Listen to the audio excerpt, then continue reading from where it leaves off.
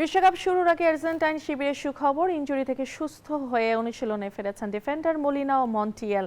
তবে চোটের কারণে গোলরক্ষক এমিলিয়ানো মার্টিনেজকে নিয়ে শঙ্কা থাকলেও মিডফিল্ডার লিয়ান্দ্রো পারেদেস ধীরে ধীরে সুস্থ হয়ে উঠছেন। বিশ্বকাপের ২৩তম আসর শুরু হচ্ছে ১১ জুন। তবে ১৭ জুন আলজেরিয়ার বিপক্ষে ম্যাচ দিয়ে মিশন শুরু করবে আর্জেন্টিনা। বিশ্বকাপকে সামনে রেখে ক্যানসাস সিটিতে নিজেদের বেস ক্যাম্পে অনুশীলনে ব্যস্ত সময় পার করছে লিওনেল স্কালোনির শিষ্যরা। দরজায় করা নাড়ছে গ্রেটেস্ট শো অন আর্থ। এরই মধ্যে সুখবর আর্জেন্টাইন শিবিরে চোটে থাকা অধিকাংশ ফুটবলার সুস্থ হয়ে ফিরছেন অনুশীলনে। রাইট ব্যাকে নাহুয়েল মলিনা ও গঞ্জালো মন্টিয়েলো চোট কাটিয়ে প্রথম ম্যাচ থেকেই দলের সাথে মাঠে নামবে বলে আশাবাদী কোচিং স্টাফরা।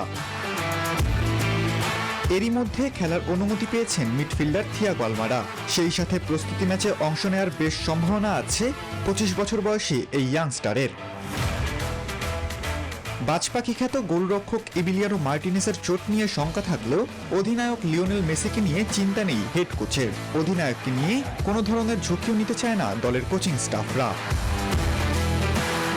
বিশ্বকাপের প্রথম ম্যাচ থেকে মেসিকে শতভাগ ফিট অবস্থায় মাঠে দেখার আশায় টিম ম্যানেজমেন্ট। খালিদুল ইসলাম তানভীর, নিউজ 24।